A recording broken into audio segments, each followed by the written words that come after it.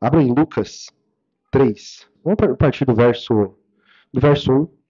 E no ano 15 do império de Tibério César, segundo Pôncio Pilatos, presidente da Judéia, e Herodes, tetrarca da Galiléia, e seu irmão Filipe, tetrarca da Itureia, da província de Traconites, e Lisânias, tetrarca de Abilene, sendo Anás e Caifás, sumos sacerdotes, veio no deserto a palavra de Deus a João, filho de Zacarias. Esse monte de nome aqui, para nós não faz sentido, né? Não faz muita diferença, né? Mas os historiadores conseguem identificar exatamente a data que foi isso aqui, só por esses dados, né? Se vocês pegarem os dados históricos, eles conseguem saber, pelos nomes aqui, que ano que era direitinho, né? Então, irmãos, diz assim, verso 3, e percorreu toda a terra ao redor do Jordão. Quem, irmãos? João, né? Filho de Zacarias. Veio a palavra, vamos ler o verso 2 de novo, irmãos, que eu me distraí aqui com esse tema. Sendo Anás e Caifás sumos sacerdotes, veio no deserto a palavra de Deus a João, filho de Zacarias, e percorreu toda a terra ao redor do Jordão, pregando o batismo de arrependimento para o perdão dos pecados, segundo o que está escrito no livro das palavras do profeta Isaías, que diz: Voz do que clama no deserto, preparai o caminho do Senhor, endireitai as suas veredas. Todo o vale se encherá, e se abaixará todo o monte e outeiro. E o que é tortuoso se endireitará, e os caminhos escabrosos se aplanarão. E toda a carne verá a salvação de Deus. Dizia, pois, João à multidão, que saía para ser batizada por ele: Raça de víboras, quem vos ensinou a fugir da ira que está para vir? Que interessante, né? Então, João Batista, ele, inspirado ali pelo Espírito Santo, né? Ele vem com a profecia, ele foi o último dos profetas, né? E ele começa a falar do batismo para o arrependimento, né? Ele vem falando sobre o arrependimento, o perdão dos pecados, e as pessoas começam a vir, e aí ele fala, oh, raça de víboras. A raça de víboras, suas cobras venenosas, né? Quem foi que ensinou vocês a fugirem da ira futura? Então, os irmãos percebem que muitas pessoas vão até Jesus, né? Mas muitas vezes o sentimento que está dentro dela é de aproveitar a oportunidade ali de serem livres, né, de serem salvos de uma ira futura, mas dentro de si, muitas vezes não tem uma verdadeira ação de arrependimento. Dentro da pessoa, o coração não é quebrantado. A pessoa quer só ali fazer um ritual ali, e a partir dali nada muda, continua tudo igual, né? Interessante isso. Por isso que ele diz assim, verso 8: Produzi, pois, frutos dignos de arrependimento, e não comeceis a dizer em vós mesmos: Temos Abraão por pai, porque eu vos digo que até dessas pedras pode Deus suscitar filhos a Abraão. E também já está posto o machado à raiz das árvores. Toda árvore, pois, que não dá bom fruto, corta-se e lança-se no fogo. E a multidão interrogava, dizendo: O que faremos, pois? Então, se os irmãos perceberem, João Batista, ele teve uma inspiração tão grande que ele está falando do evangelho. Ele está anunciando as coisas do evangelho aqui. Por exemplo, o machado já está na raiz das árvores. Toda árvore que não dá fruto corta, é lançada no fogo. O Senhor Jesus usou essas palavras, né? Então a gente percebe ele aqui sendo inspirado e profetizando coisas que são as palavras do evangelho, né? Verso 11, ó. E respondendo ele, disse-lhes: Quem tiver duas túnicas, reparta com o que não tem. Quem tiver alimentos, faça da mesma maneira. Então, ele falou dos frutos, né? Olha, produzam bons frutos, frutos dignos de arrependimento. Eles perguntaram: que frutos são esses? Como que é isso? Então ele está explicando, né? Não sejam apegados aos bens, dividam os bens com aqueles que têm necessidade, né? Verso 12: E chegaram também uns publicanos para serem batizados, e disseram-lhe: Mestre, que devemos fazer? E ele disse: Não peçais mais do que vos está ordenado. E uns soldados o interrogavam também, dizendo: E nós, o que faremos? E ele lhes disse: A ninguém trateis mal e nem defraudeis, e contentai-vos com o vosso soldo. 15. E estando o povo em expectação e pensando todos de João em seus corações, se porventura seria o Cristo. Então as pessoas viram ali um poder especial, alguma coisa especial em João Batista. E estavam na dúvida: será que esse é o Cristo? Né? Será que esse é o Messias que está profetizado, né, por muitos? Verso 16: Respondeu João a todos, dizendo: Eu, na verdade, batizo-vos batizo-vos com água, mas eis que vem aquele que é mais poderoso do que eu, a quem não sou digno de desatar-lhe a correia das sandálias. Esse vos batizará com o Espírito Santo e com... Os irmãos sabiam que é a primeira vez que se fala do Espírito Santo no Novo Testamento. Então quem vem falar e fala do Espírito Santo é João Batista. Não é? João Batista. Então, lá no Velho Testamento, falava do Espírito do Senhor, né? Então o Espírito do Senhor se manifestou muitas vezes lá atrás, e as pessoas falam que era o Espírito Santo, né? Mas na verdade o Espírito Santo, sem dúvida, ele sempre existiu, e sem dúvida nenhuma o Pai usou do Espírito Santo muitas vezes, né? Até tem um texto que diz que, havendo Deus falado aos pais pelos profetas muitas vezes e de muitas maneiras, né? Nesses últimos tempos nos falou pelo Filho. Então, o Espírito Santo de Deus, de alguma maneira, inspirou sim os profetas lá no Velho Testamento, mas eles não conheciam o Espírito Santo. Tem até um texto lá em Atos, né? Eles dizem assim, mas nós nem sabíamos que existe o Espírito Santo. Então, uma coisa é eles falarem Espírito do Senhor, né? O Espírito do Senhor. Uma outra coisa é você chamar de Espírito Santo como uma pessoa. Então, isso ficou muito claro no Novo Testamento, né? Uma revelação do Novo Testamento. E João Batista fala do Espírito Santo, dizendo que Jesus, né, o Cristo que haveria de vir, esse sim. Olha, eu não sou digno nem de desatar a correia das sandálias dele.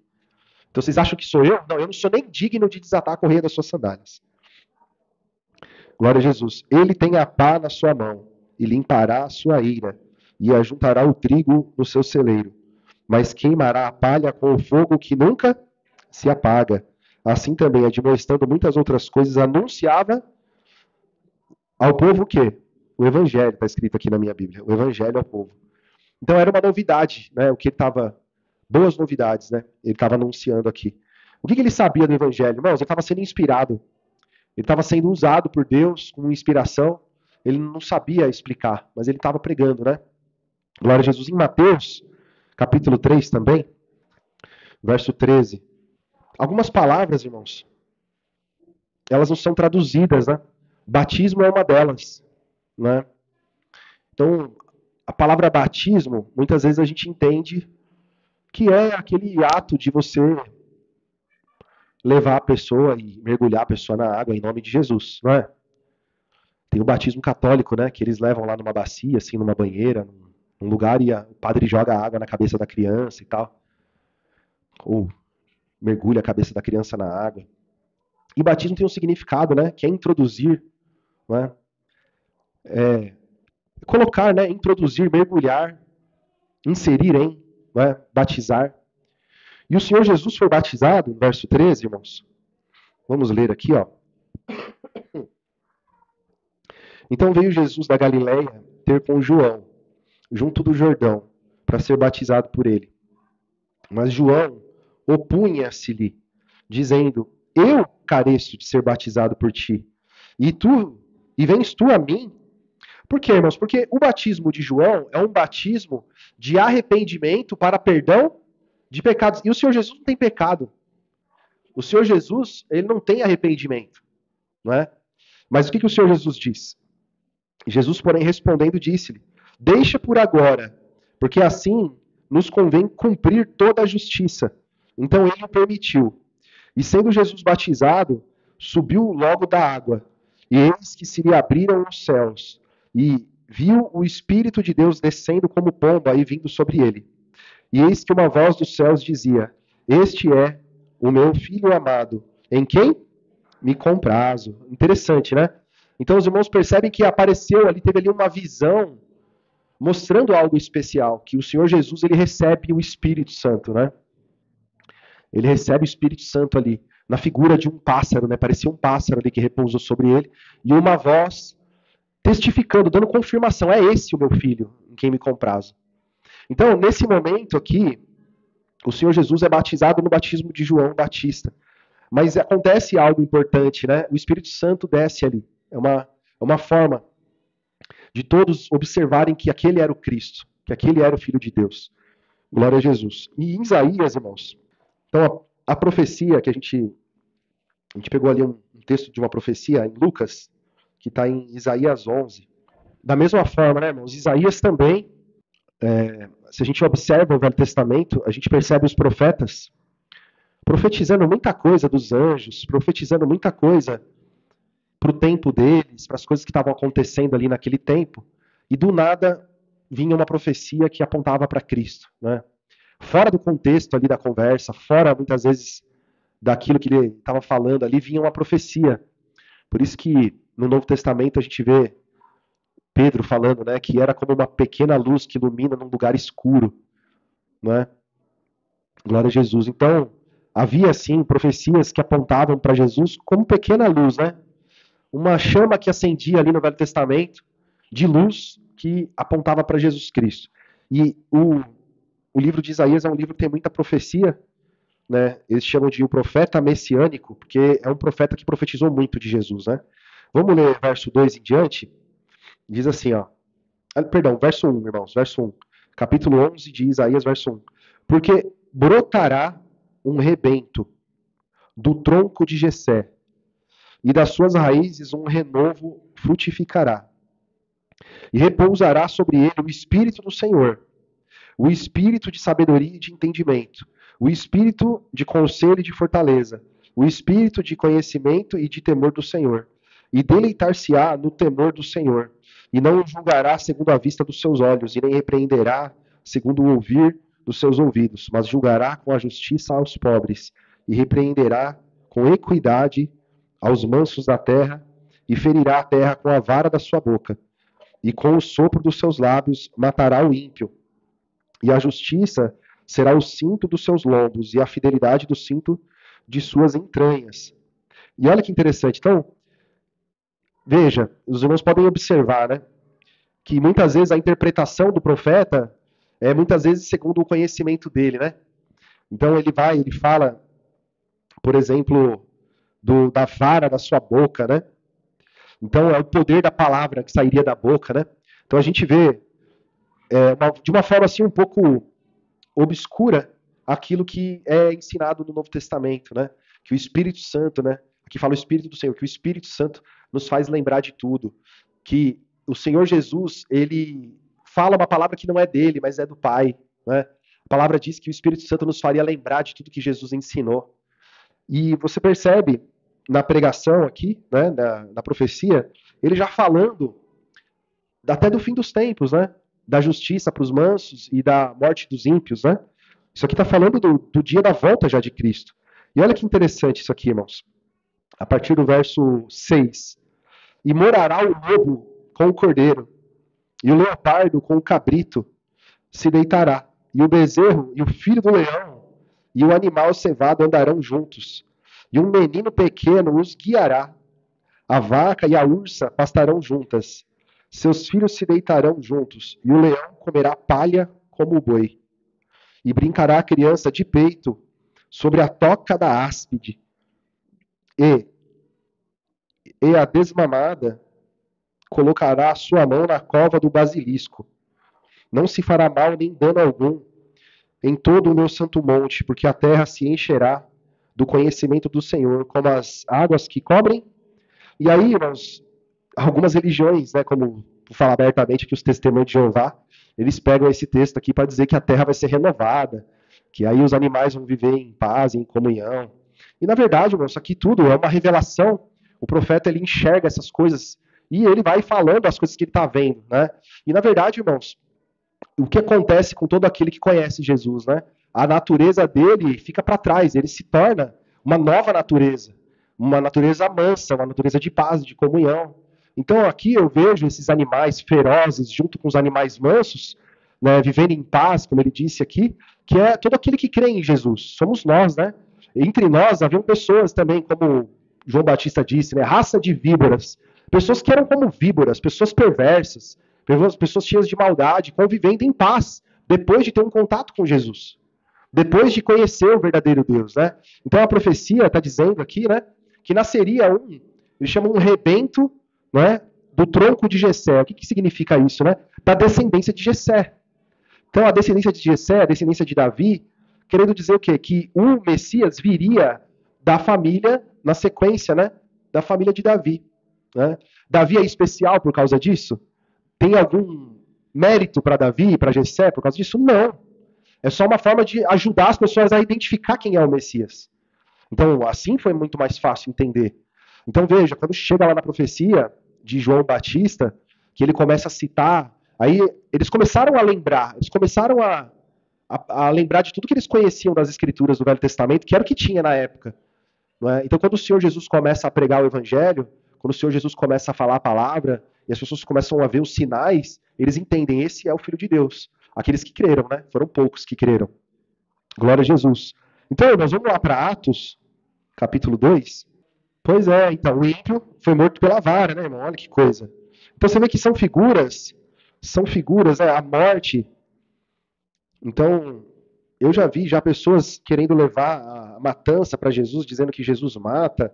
Aí pega um texto de Apocalipse, pega um texto estranho, né? E na verdade, são as figuras das palavras que são usadas, né, irmão?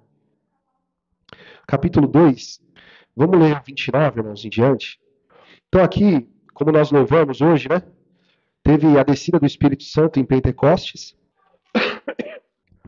e, e foi o momento em que os homens receberam o poder de Deus pelo Espírito. Os homens foram cheios do Espírito Santo. E a partir dali, fez toda a diferença na vida da igreja, não é? Porque o Espírito Santo é que nos faz lembrar do que Cristo ensinou, é o Espírito Santo que nos conduz, né? Verso 29, Atos 2. Homens e irmãos, seja-me lícito dizer-vos livremente acerca do patriarca Davi, que ele morreu e foi sepultado, e entre nós está até hoje a sua sepultura. Sendo, pois, profeta, e sabendo que Deus lhe havia prometido com juramento, que do fruto dos seus lombos, segundo a carne, levantaria o Cristo, para assentar sobre o seu trono. E, antevendo isso, disse na ressurreição de Cristo, que a sua alma não foi deixada no inferno, e nem a sua carne viu corrupção. Deus ressuscitou a este Jesus, do que todos nós somos testemunhas. De sorte que, exaltado pela destra de Deus, e tendo recebido do Pai a promessa do Espírito Santo, derramou isto que vós agora vedes e ouvis. Porque Davi não subiu aos céus, mas ele próprio diz: Disse o Senhor ao meu Senhor, assenta-te à minha direita, até que ponha os teus inimigos por escabelo de seus pés. Saiba, pois, com certeza, toda a casa de Israel, que a esse Jesus, a quem vós crucificastes, Deus o fez Senhor e Cristo. E ouvindo eles isto, compungiram-se em seu coração e perguntaram a Pedro e aos demais apóstolos: O que faremos, homens e irmãos? Então eles foram convencidos ali. Eles foram convencidos. Veio na mente dele os acontecimentos. Eles viram ali o poder do Espírito, os homens falando na língua das nações. O poder de Deus manifestou na igreja. Pedro teve confiança, anunciou, trouxe profecia, trouxe salmo ali de Davi que falava de Jesus, não é? E eles se convenceram, se converteram. Perguntaram: o que nós vamos fazer agora? O que a gente tem que fazer? Verso 38. E disse-lhes Pedro: arrependei-vos e cada um de vós seja batizado em nome de Jesus Cristo, em remissão de pecados, e recebereis o dom do Espírito Santo, porque a promessa vos diz respeito a vós, a vossos filhos e a todos os que estão longe, e a todos, tantos quantos Deus, o nosso Senhor chamar. E com muitas outras palavras isso testificava, e os exortava, dizendo: salvai-vos dessa geração perversa. De sorte que foram batizados os que de bom grado receberam a sua palavra. E naquele dia agregaram-se quase 3.000 almas, e perseveravam na doutrina dos apóstolos, e na comunhão, e no partir do pão, e nas orações. Então os irmãos percebem a igreja crescendo, né? A igreja, assim que o Senhor Jesus é elevado aos céus, o Espírito Santo desce, o Espírito Santo faz com grande poder ali sinais no meio dos discípulos, dos apóstolos, e ali 3.000 almas já se converteram com a pregação de Pedro, né? Glória a Jesus. Então, irmãos, uma coisa que é muito interessante é que é muito evidente no início da igreja, com muito poder e com um sinal muito grande, o Espírito Santo, não é? Então, assim como quando o Senhor Jesus começou a pregar, ele disse: olha, se eu não fizer sinais, esse povo não vai crer. E a gente percebe isso também no início da igreja. Então, o Espírito Santo também, no início da igreja, ele operou ali muitos sinais da sua presença, mostrando, né, se revelando. Por quê? Porque o Espírito Santo até então, né, até o termo, vamos dizer assim, né, o nome Espírito Santo, não é, pode ser tratado só como uma forma de chamar o Espírito do Senhor. Então, a gente vê que é como o Espírito Santo se revelando, mostrando, né, a sua pessoa, o seu poder, a sua verdade diante dos homens. Né? Glória a Jesus. Então, irmãos, aqui também, ó, no capítulo 8, vamos aproveitar uma passagem aqui, verso 25. 26, irmãos. E o anjo do Senhor falou a Filipe, dizendo: Levanta-te e vai para o lado do sul, ao caminho que desce de Jerusalém para Gaza, que está deserta. E levantou-se e foi. E eis que um homem etíope, eunuco, mordomo-mor de Candace, rainha dos etíopes, o qual era superintendente de todos os seus tesouros, e tinha ido a Jerusalém para adoração. Regressava e, assentado no seu carro, lia o profeta Isaías. Então, vou dar uma resumida.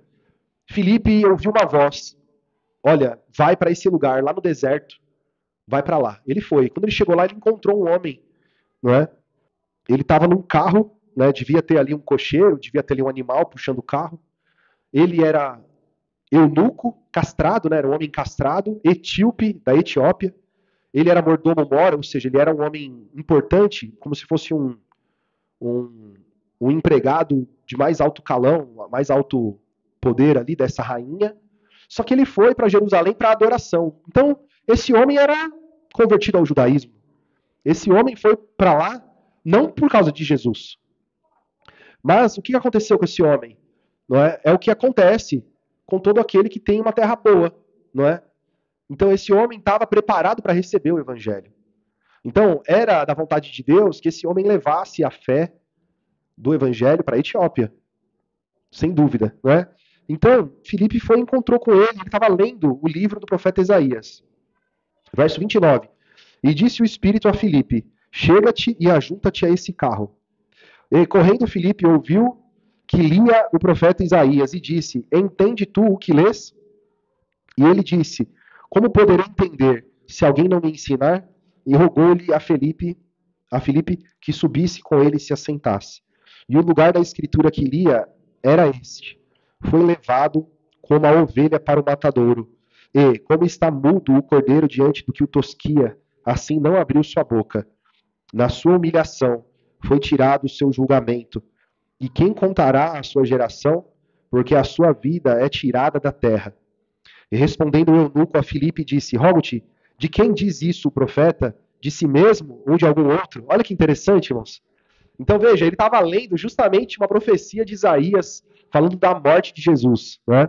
Facilitou demais a vida de Filipe, né? Já deu assim, ele levantou a bola para ele cortar, vamos dizer assim, né? E aí, então Filipe, verso 35, abrindo a sua boca e começando nessa escritura, lhe anunciou a Jesus.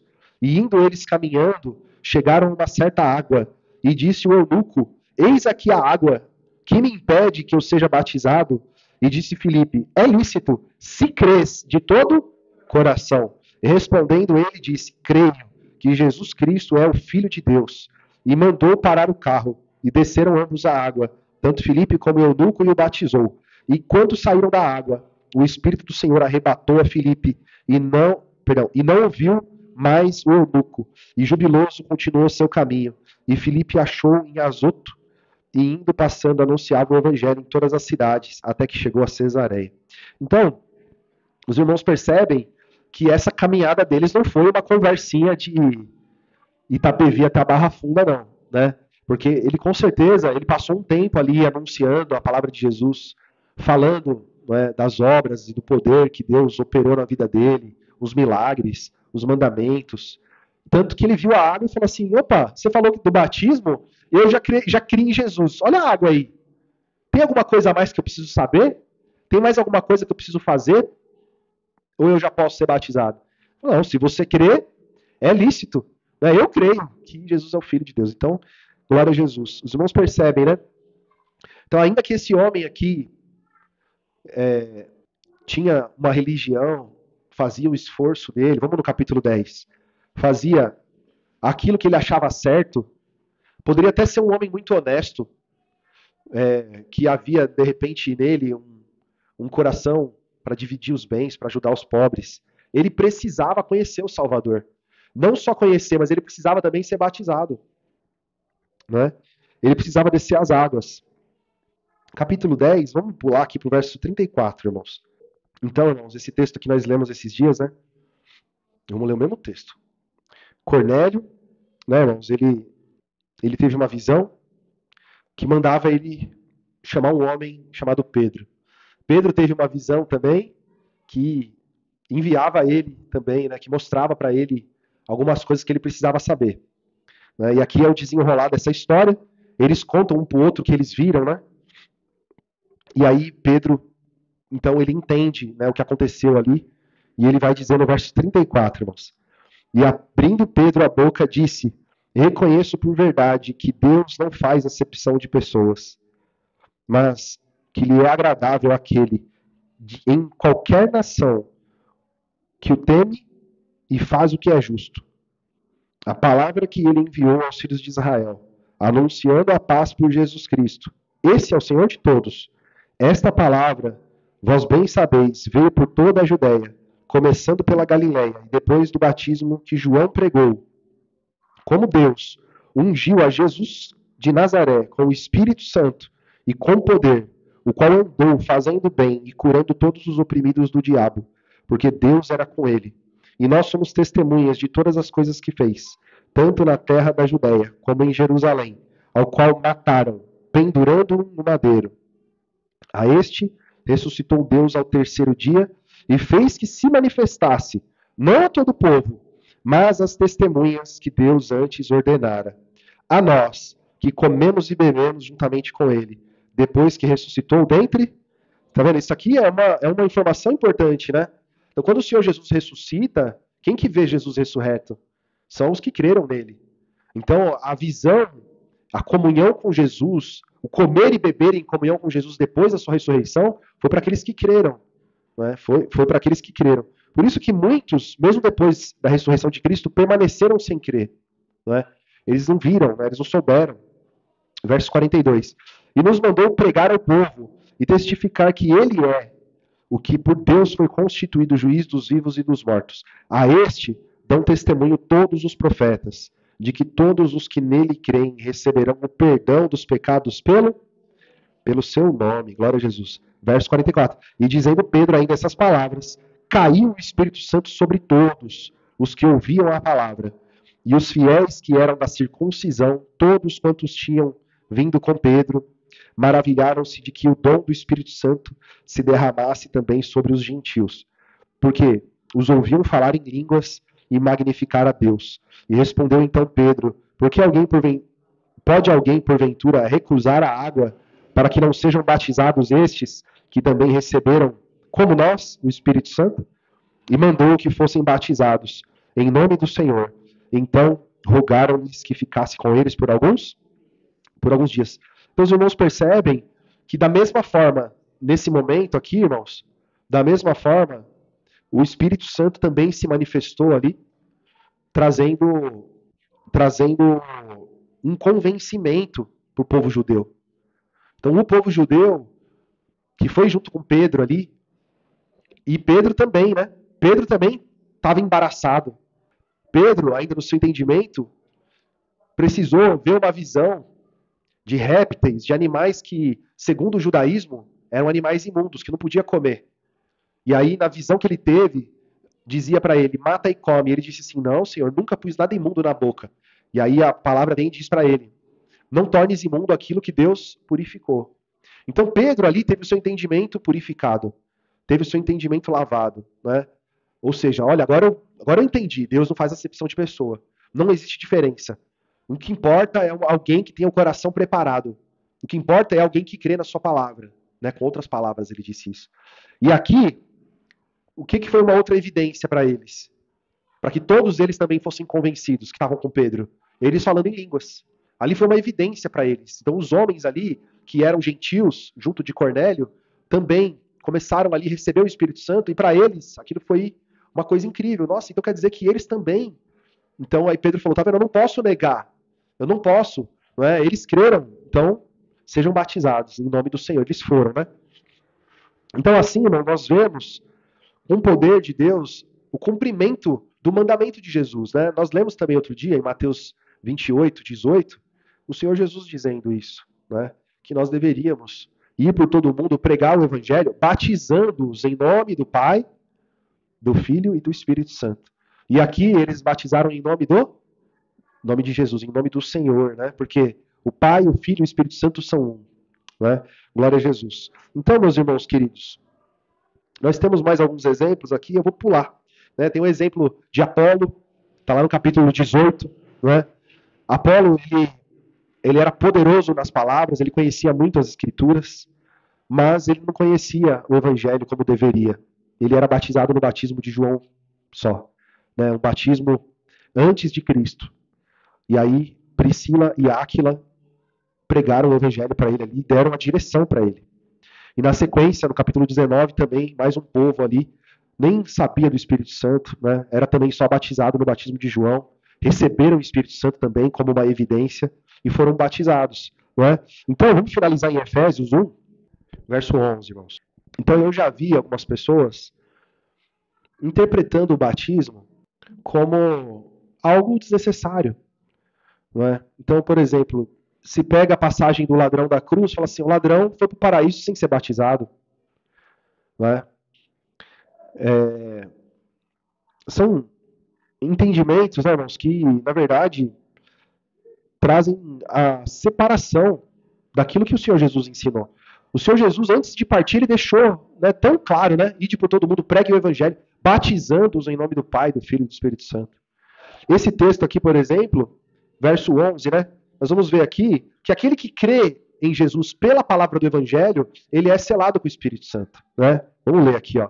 Nele digo, em quem também fomos feitos herança, havendo sido predestinados, conforme o propósito daquele que fez todas as coisas, segundo o conselho da sua vontade, com o fim, né, com o objetivo, com o propósito de sermos feitos para louvor da sua glória, nós os que primeiro esperamos em Cristo, em quem também vós estáis, depois que ouvistes a palavra da verdade, o evangelho da vossa salvação, e tendo nele também crido, fostes selados com o Espírito Santo da promessa, o qual é um penhor, o qual é a garantia da nossa herança, para a redenção da possessão adquirida, para louvor da sua glória.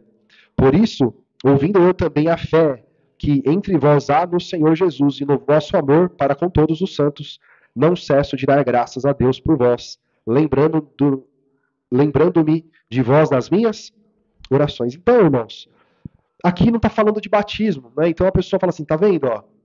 Jesus, ele é batizado e vem o Espírito Santo repousa sobre ele.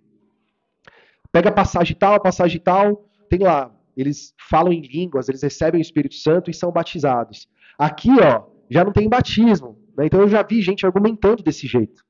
E na verdade, irmãos, o batismo é algo tão elementar, que não é necessário, em toda vez que for falar de batismo, não é? Porque o batismo é algo que não existe dúvida. Não existe dúvida. O batismo ele é algo necessário. Né? Uma pessoa que conhece a história de Jesus, que nem o eunuco, ele fala assim, eu quero ser batizado. Então ele crê, a primeira coisa que ele pensa, eu preciso ser batizado. Né? Eu preciso ser. Então, irmãos, por isso que nós, da mesma maneira, né, irmãos, fazemos o batismo. Então a pessoa, ela naquele momento, né, irmãos, é um momento em que ela, diante de toda a igreja e diante do mundo espiritual, ela confessa, eu sou de Jesus, ela é introduzida em Jesus, ela é batizada em nome do Pai, do Filho, do Espírito Santo, em nome de Jesus, e ela é ligada ao corpo, né? Como nós vimos ali em Atos, né? E eles permaneceram juntos em comunhão, no partir do pão, né? Então, existe às vezes a pergunta, né? Ah, mas eu preciso ser batizado para tomar ceia? Alguém diz assim, nem está escrito que para tomar ceia tem que ser batizado, não tem lugar nenhum isso escrito. Mas é uma coisa assim um pouco óbvia, né? Então, se alguém pertence ao corpo, essa pessoa que pertence ao corpo, ela participa da ceia. Mas é impossível alguém pertencer ao corpo e não querer ser batizado. É impossível. Alguém que creu vai pedir as águas. Alguém que creu vai descer as águas. Não é? Então, uma coisa leva a outra. É um dos frutos da fé. Creio em Jesus, eu vou confessar publicamente, eu vou ser introduzido em Cristo, mergulhado nas águas, né, do batismo, introduzido no corpo de Cristo. E assim, irmãos, nós fazemos aquilo que Jesus nos ensinou. Amém, irmãos? Então nós vemos nessa palavra, né, irmãos, o cumprimento das profecias. Nós vemos o Senhor Jesus Cristo ensinando, os apóstolos operando aquilo que Jesus ensinou. E a alegria para nós estamos permanecendo nessa doutrina, né, irmãos? Glória a Jesus. Vamos ficar de pé e agradecer, irmãos, em nome de Jesus? Tem um pedido de oração aqui, a senhora Dária, irmão Everaldo, que trouxe esse pedido de oração, é a mãe do nosso vizinho aqui, do Serjão. Deve ser idosa, está enferma, né? E é o que a gente sempre diz, né, irmãos? As pessoas podem ficar curadas. Deus tem poder, né? O Senhor Jesus curou a muitos, né? Mas o que mais importa é que as pessoas tenham acesso à palavra da verdade, né, irmãos? Porque viver mais alguns anos nessa terra e depois perecer para a segunda morte, né? Não adianta, né? Então vamos orar, irmãos, em nome de Jesus.